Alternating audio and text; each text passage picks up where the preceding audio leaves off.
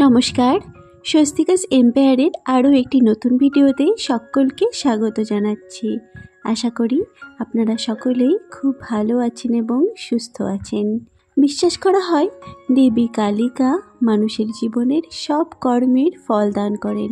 তিনি জ্ঞান, শক্তি, ইচ্ছা শক্তি, কর্মশক্তির প্রতীক।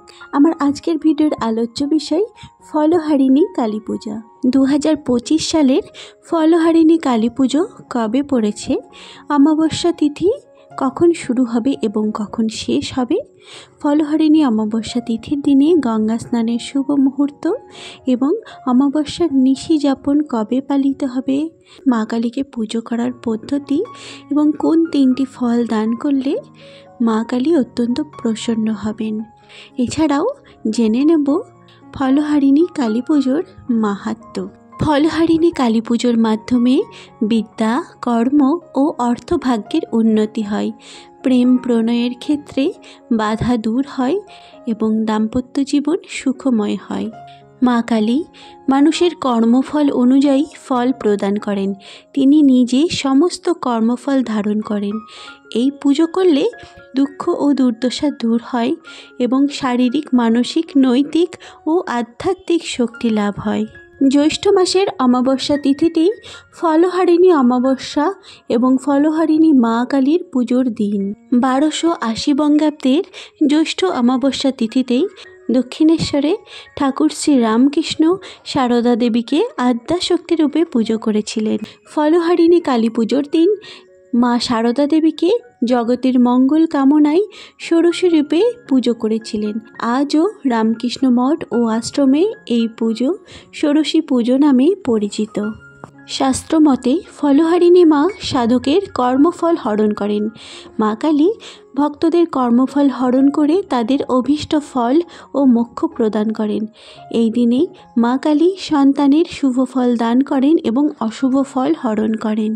ফলহারিণী অমাবস্যায় দেবীকে বিভিন্ন মরশুমি ফল দিয়ে পুজো দিতে হয়। তারাপীঠ সহ একাধিক মাতৃপীঠে এই দিন মায়ের মূর্তি ফুলের বদলে ফল দিয়ে সাজানো হয়। আম, জাম, কলা, লিচু ইত্যাদি বিভিন্ন ফলের মালা তৈরি করে দেবীকে পরানোর রেওয়াজ রয়েছে। কোনো ভক্ত যদি ফলহারিণী পুজোর দিন এমনটা করেন তাহলে তার জীবন সুখ সমৃদ্ধিতে ভরে ওঠে। ফলহারিণী অমাবস্যায় যে কোনো মরশুমি ফল মায়ের পায়ে অর্পণ করা যেতে পারে, কিন্তু কথিত আছে যে আম, জাম এবং কাঁঠাল এই 3টি মরশুমি ফল মায়ের পায়ে নিবেদন করলে মা অত্যন্ত প্রসন্ন হন এবং আপনার সমস্ত মনস্কামনা পূর্ণ হয়। এবং এই ফলগুলি আপনাকে নিবেদন করতে হবে বেজোড় সংখ্যায়।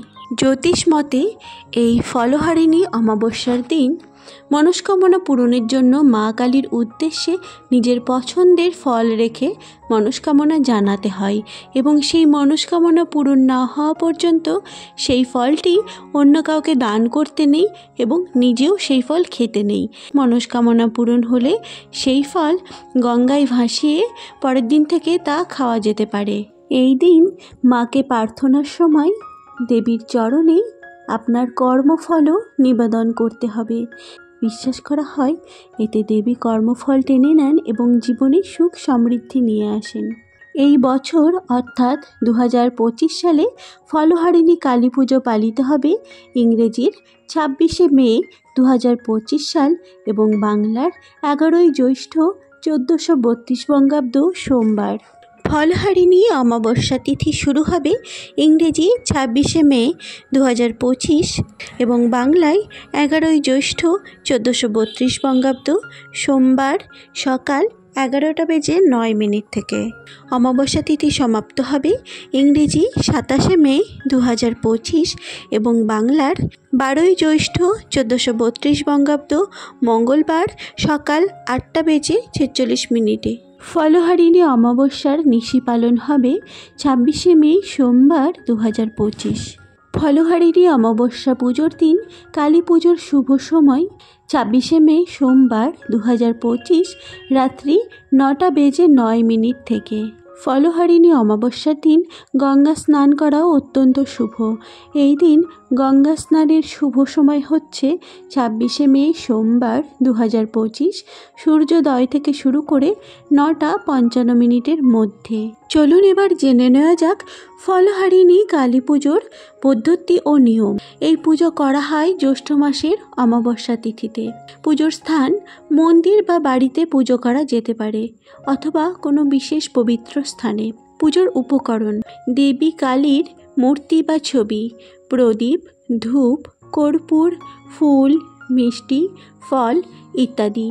পুজোর নিয়ম: প্রথমেই দেবীকে স্নান করানো হয়, তারপর অঙ্গরাগ ও বস্ত্র পরানো হয়, দেবীর মন্ত্র পাঠ করা হয়, এরপর পুজো ও আরতি করা হয়, ভোগ নিবেদন করা হয় এবং মায়ের কাছে প্রার্থনা করা হয়।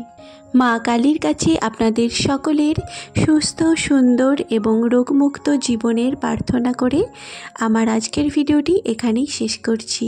ভিডিওটি যদি ভালো লেগে থাকে তাহলে প্লিজ আমার চ্যানেলটিকে সাবস্ক্রাইব করে আমার পাশে থাকবেন। ভিডিওটি কেমন লাগলো কমেন্টের মাধ্যমে তা জানাতে ভুলবেন না। সকলেই খুব ভালো থাকবেন, সুস্থ থাকবেন এবং সকলকে ভালো রাখবেন।